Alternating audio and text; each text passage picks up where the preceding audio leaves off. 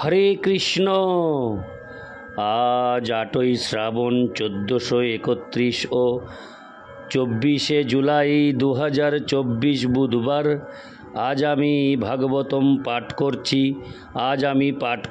শ্রীমদ্ ভাগবতমের 3য় স্কন্দ 4র্থ অধ্যায় মৈত্রেয় সমীপে বিদুরের গমনের শ্লোক 19 থেকে 22। नारायण हे नारायण भवभयहरणं नारायण नारायण हे नारायण भवभयहरणं नारायण। श्लोक 19। इत्तावेदित हृदय महंस भगवान परो आदिदेशारो बिंदाक्ष आत्मनो परमां स्थितम्। অনুবাদ। আমি যখন পরমেশ্বর ভগবানকে আমার হৃদয়ের বাসনার কথা বলেছিলাম, তখন কমলনয়ন ভগবান আমাকে তার অপ্রাকৃত স্থিতি সম্বন্ধে উপদেশ দিয়েছিলেন। তাৎপর্য: এই শ্লোকে পরমাং স্থিতম শব্দটি তাৎপর্যপূর্ণ। ভগবান যখন চতুশ্লোকী ভাগবত 2:9-33-36 ব্যাখ্যা করেছিলেন, তখনও তার অপ্রাকৃত স্থিতি সম্বন্ধে ব্রহ্মাকে পর্যন্ত তিনি বলেননি। এই অপ্রাকৃত স্থিতি দ্বারকা এবং বৃন্দাবনে প্রদর্শিত অপ্রাকৃত প্রেমময়ী সেবায় যুক্ত ভক্তদের সঙ্গে ভগবানের ব্যবহারের সমাবেশ। ভগবান তার অপ্রাকৃত স্থিতির কথা কেবল উদ্ভবকেই বলেছিলেন এবং তাই উদ্ভব এখানে বিশেষ করে মহম আমাকে শব্দটি ব্যবহার করেছেন। যদিও মৈত্রেয় ঋষিও সেখানে উপবিষ্ট ছিলেন, যাদের ভক্তি জ্ঞান এবং কর্মমিশ্রা, তারা সচরাচর এই অপ্রাকৃত স্থিতি হৃদয়ঙ্গম করতে পারে না। যে সমস্ত ভক্ত কর্মমিশ্রা ভক্তি এবং যোগের প্রতি আকৃষ্ট, তাদের কাছে ভগবান এই গোপনীয় এবং অন্তরঙ্গ প্রেম সচরাচর হরে কৃষ্ণ সচরাচর প্রকাশ করেন না। এই সমস্ত কার্যকলাপ ভগবান শ্রীকৃষ্ণের অচিন্ত লীলা। ইতি শ্লোক 19। শ্লোক 20। স এব মারাধিত পাদতীর্থাদোদিত তত্ত্ব বিবোধ মার্গ প্রণম্য পাদৌ পরিবৃত্ত দেবমিহাগতোহং বিরহাতুরাত্মা। অনুবাদ। আমি আমার গুরু পরমেশ্বর ভগবান শ্রীকৃষ্ণের কাছে পরম তত্ত্বজ্ঞানের পন্থা অধ্যয়ন করে তার শ্রীপাদপদ্মে প্রণাম ও তাকে প্রদক্ষিণপূর্বক বিরহ কাতর চিত্তে এখানে উপস্থিত হয়েছি। তাৎপর্য: শ্রী উদ্ভবের জীবন হচ্ছে ভগবান কর্তৃক প্রথমে ব্রহ্মাকে প্রদত্ত চতুশ্লোকী ভাগবতের প্রত্যক্ষ প্রতিরূপ স্বরূপ। মায়াবাদীরা তাদের অদ্বৈতবাদের নির্বিশেষ সিদ্ধান্ত অনুমোদন করার জন্য শ্রীমদ্ ভাগবতের এই 4টি অত্যন্ত মহান এবং গুরুত্বপূর্ণ শ্লোকের বিভিন্ন প্রকার অর্থ বিশ্লেষণ করে। সেই ধরনের অপ্রামাণিক জল্পনা কল্পনাকারীদের যথার্থ উত্তর এখানে দেওয়া হয়েছে।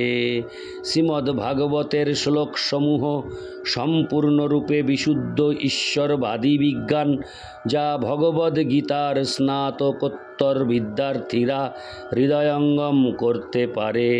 অনধিকারী শুষ্ক মনোধর্মীরা ভগবান শ্রীকৃষ্ণের শ্রীপাদপদ্মে অপরাধী, কেননা তারা ভগবদ্ গীতা ও শ্রীমদ্ ভাগবতের কদর্থ করে জনসাধারণকে বিপদগামী করে এবং অন্ধতামিশ্র নামক নরকের পথ প্রস্তুত করে।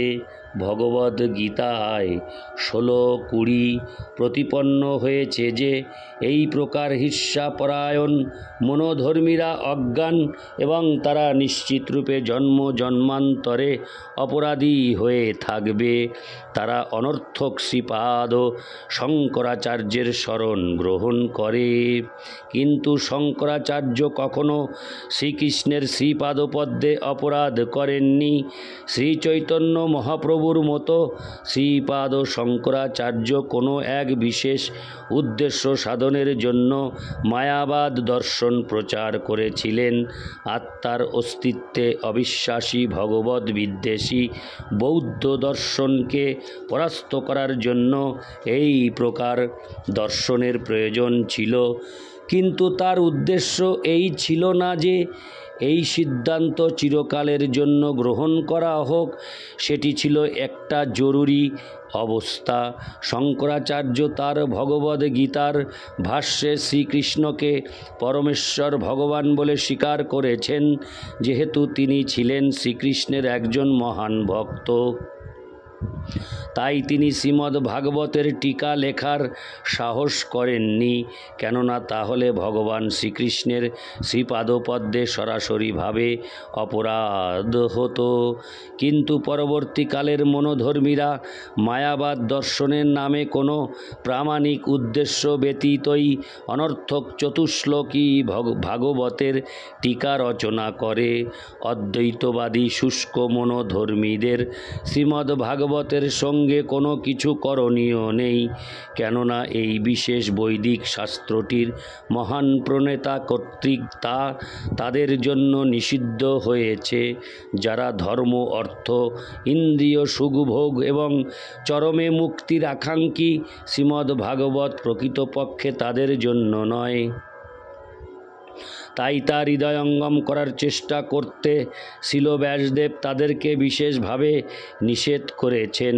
শ্রীমদ্ ভাগবত 1.1.2 শ্রীমদ্ ভাগবতের মহান ভাষ্যকার শ্রীধর স্বামীও অবশ্যই মোক্ষবাদী এবং অদ্বৈতবাদীদের শ্রীমদ্ ভাগবত চর্চা করতে নিষেধ করেছেন। এই গ্রন্থটি তাদের জন্য নয়, তবুও এই প্রকার অননুমোদিত ব্যক্তিরা বিকৃতভাবে শ্রীমদ্ ভাগবত বোঝাবার চেষ্টা করে এবং তার ফলে তারা ভগবানের শ্রীপাদপদ্মে অপরাধ করে, যা শ্রীপাদ শঙ্করাচার্য স্বয়ং করতে সাহস করেননি। এইভাবে তারা তাদের দুঃখ দুর্দশাপূর্ণ জীবন চিরস্থায়ী করার আয়োজন করে। এখানে বিশেষভাবে দ্রষ্টব্য যে উদ্ভব সরাসরিভাবে স্বয়ং ভগবানের কাছ থেকে চতুশ্লোকী ভাগবত অধ্যয়ন করেছিলেন এবং তার কাছে ভগবান আত্মতত্ত্বজ্ঞান আরও অন্তরঙ্গভাবে বিশ্লেষণ করেছেন, যা এখানে পরমাং স্থিতিম কথাটির মাধ্যমে উল্লিখিত হয়েছে। আত্মতত্ত্বজ্ঞানের পরাকাষ্ঠা এই ভগবৎ প্রেম লাভ করে উদ্ভব ভগবানের বিরহজনিত গভীর বেদনা অনুভব করেছিলেন। উদ্ভবের মতো ভগবৎ প্রেম জাগরিত না হলে, নিরন্তর ভগবৎ প্রেমজনিত বিরহ অনুভব না করলে, যা চৈতন্য মহাপ্রভুও প্রদর্শন করেছিলেন, শ্রীমদ্ ভাগবতের সারস্বরূপ এই 4টি শ্লোকের প্রকৃত অর্থ হৃদয়ঙ্গম করা যায় না। অবৈধভাবে যারা এর অর্থ বিকৃত করে, তারা ভগবানের চরণে অপরাধ করার সর্বনাশা পথে পা বাড়িয়েছে, তাই তা করা উচিত নয়। ইতি শ্লোক 20। শ্লোক 21। সোহং তদ্দর্শনাল্লাদ বিয়োগার্তি যুত প্রভো গমিষ্যে দ্বৈতং তস্য বদর্যাশ্রমমণ্ডলম। অনুবাদ: হে প্রিয় বিদুর, তার দর্শন আনন্দ থেকে বঞ্চিত হওয়ার ফলে আমি এখন উন্মত্তের মতো হয়েছি, এবং সেই বেদনা অপনোদনের জন্য আমি এখন সঙ্গলাভের জন্য হিমালয়ের বদ্রিকা আশ্রমে যাচ্ছি। সে সম্বন্ধে তিনিই আমাকে উপদেশ দিয়েছিলেন।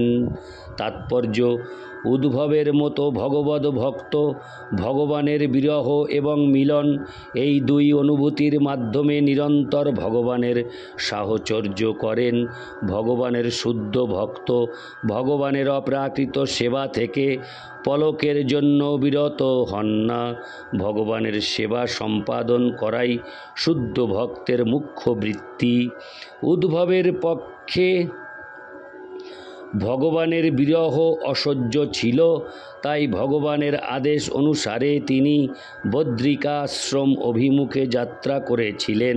কেননা ভগবানের আদেশ এবং ভগবান স্বয়ং অভিন্ন। যতক্ষণ মানুষ ভগবানের আদেশ পালনে যুক্ত থাকে, ততক্ষণ তার থেকে কেউ বাস্তবিকভাবে বিচ্ছিন্ন হয় না। ইতি শ্লোক 21। শ্লোক 22। যত্র নারায়ণ দেব নরশ্চ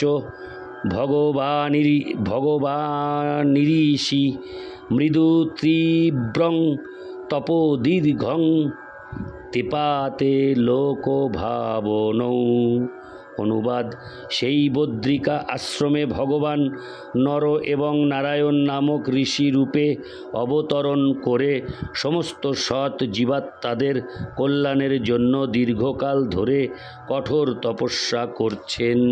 তাৎপর্য: নরনারায়ণ ঋষিদের ধাম হিমালয়ের বদ্রিকা আশ্রম হিন্দুদের এক মহাতীর্থস্থান। আজও হাজার হাজার পুণ্যবান হিন্দুরা ভগবানের অবতার নরনারায়ণের উদ্দেশ্যে শ্রদ্ধাঞ্জলি নিবেদন করার জন্য সেখানে যান। এখানে আমরা দেখতে পাচ্ছি যে 5000 বছর আগেও উদ্ভবের মতো পুণ্যাত্মা এই পবিত্র স্থানে যাত্রা করতেন, এবং তখনও এই স্থানটি অতি প্রাচীন বলে পরিচিত ছিল। এই বিশেষ তীর্থটি সাধারণ মানুষের জন্য অত্যন্ত দুর্গম, কেননা প্রায় সারা বছর ধরেই হিমালয়ের এই স্থানটি বরফে আচ্ছন্ন থাকে। গ্রীষ্মকালের কয়েকটি মাসই কেবল মানুষেরা নানা রকম ব্যক্তিগত কষ্ট স্বীকার করে এই স্থানটিতে যেতে পারে। বৈকুণ্ঠ এবং ব্রহ্মজ্যোতি সমন্বিত চিদাকাশের গ্রহপুঞ্জের প্রতিনিধিত্ব করে 4টি ভগবদ্ধাম রয়েছে। সেগুলি হচ্ছে বদ্রিকাশ্রম, রামেশ্বর, জগন্নাথপুরী এবং দ্বারকা।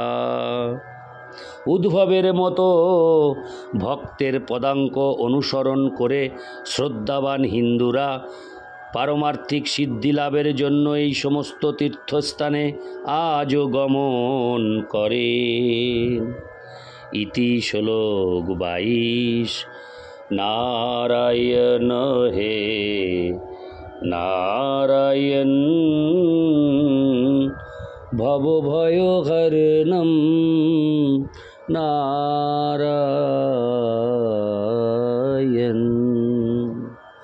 হরে কৃষ্ণ, রাধে রাধে, জয় রাধে রাধে গোবিন্দ, জয় রাধে শ্যাম। হরে কৃষ্ণ।